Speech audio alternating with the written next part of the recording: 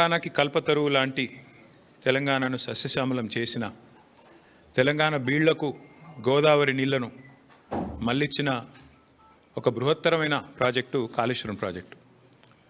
ఆ ప్రాజెక్టు మీద కాంగ్రెస్ పార్టీ ఎలక్షన్లకు 3-4 ఏళ్ల ముందు నుంచే భయంకరంగా విషం జిమ్ముతూ మొదటి రోజు నుంచి ఈ ప్రాజెక్టును బద్నాం చేయాలన్న ప్రయత్నం ఎంత గట్టిగా చేసిందో, ఎట్లా ప్రజల మనసుల్లో లేని అనుమానాలను చొప్పించి అడ్డమైన ఆరోపణలు చేసి ఇష్టం వచ్చినట్టు నోటికి ఎంత వస్తే అంత మాట్లాడి మళ్ళీ ప్రభుత్వం వచ్చిన తర్వాత కూడా అదే ట్రెండు, అదే వరుస తప్ప ఇంకోటి లేనేలేదు. తెలంగాణకు వరప్రధాని లాంటి కాళేశ్వరం ప్రాజెక్టు మీద చివరికి కక్షగట్టి తెల్లారు లేస్తే రాహుల్ గాంధీ గారు దుమ్మెత్తిపోస్తూ ఉంటారు. బీజేపీ జేబు సంస్థ సిబిఐ, బీజేపీ జేబు సంస్థ ఐటీ అంటూ తెల్లారు లేస్తే కాంగ్రెస్ ప్రభుత్వం, కాంగ్రెస్ పార్టీ జాతీయ నాయకత్వం జాతీయ స్థాయిలో సిబిఐ అంటేనే అది జేబు సంస్థ బీజేపీకి అని చెప్పి దుమ్మెత్తిపోస్తూ ఉంటారు.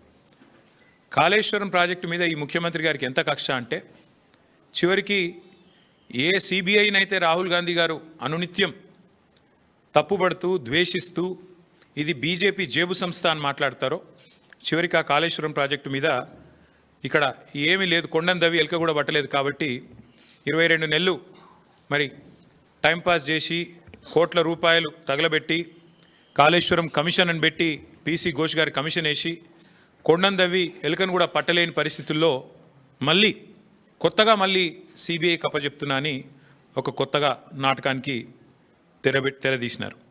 నేను ఇవాళ ముఖ్యమంత్రి గారిని అడుగుతా ఉన్నా, రాష్ట్ర వ్యాప్తంగా ఇవాళ ప్రజలకి మీరు ప్రజల సొమ్ముతో ప్రతి పత్రికలో ఇవాళ అడ్వర్టైజ్మెంట్లు, ఫుల్ పేజ్ అడ్వర్టైజ్మెంట్లు ఇచ్చినారు.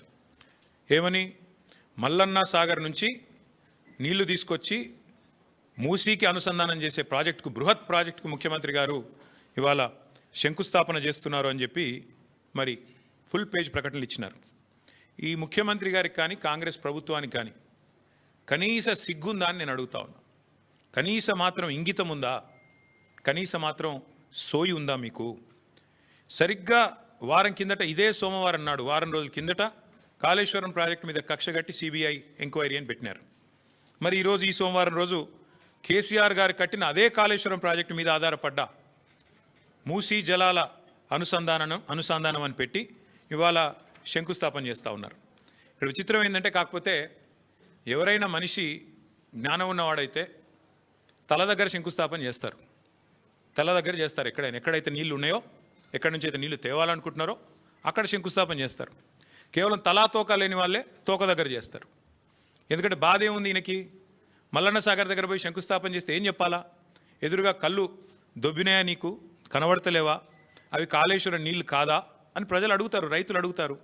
ఇవి కాళేశ్వరంలో వచ్చిన నీళ్లు కావా అని సోయినవాడు ఎవడైనా అడుగుతాడు, మీడియా అడుగుతుంది, అందరూ అడుగుతారు. సమాధానం చెప్పలేరు.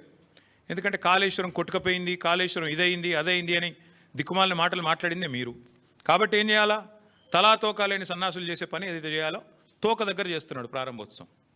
తల దగ్గర చేయకుండా, మల్లన్న సాగర్ దగ్గర కాకుండా తోక దగ్గర అంటే గండిపేట దగ్గర చేసే ప్రయత్నం చేస్తూ ఉన్నారు.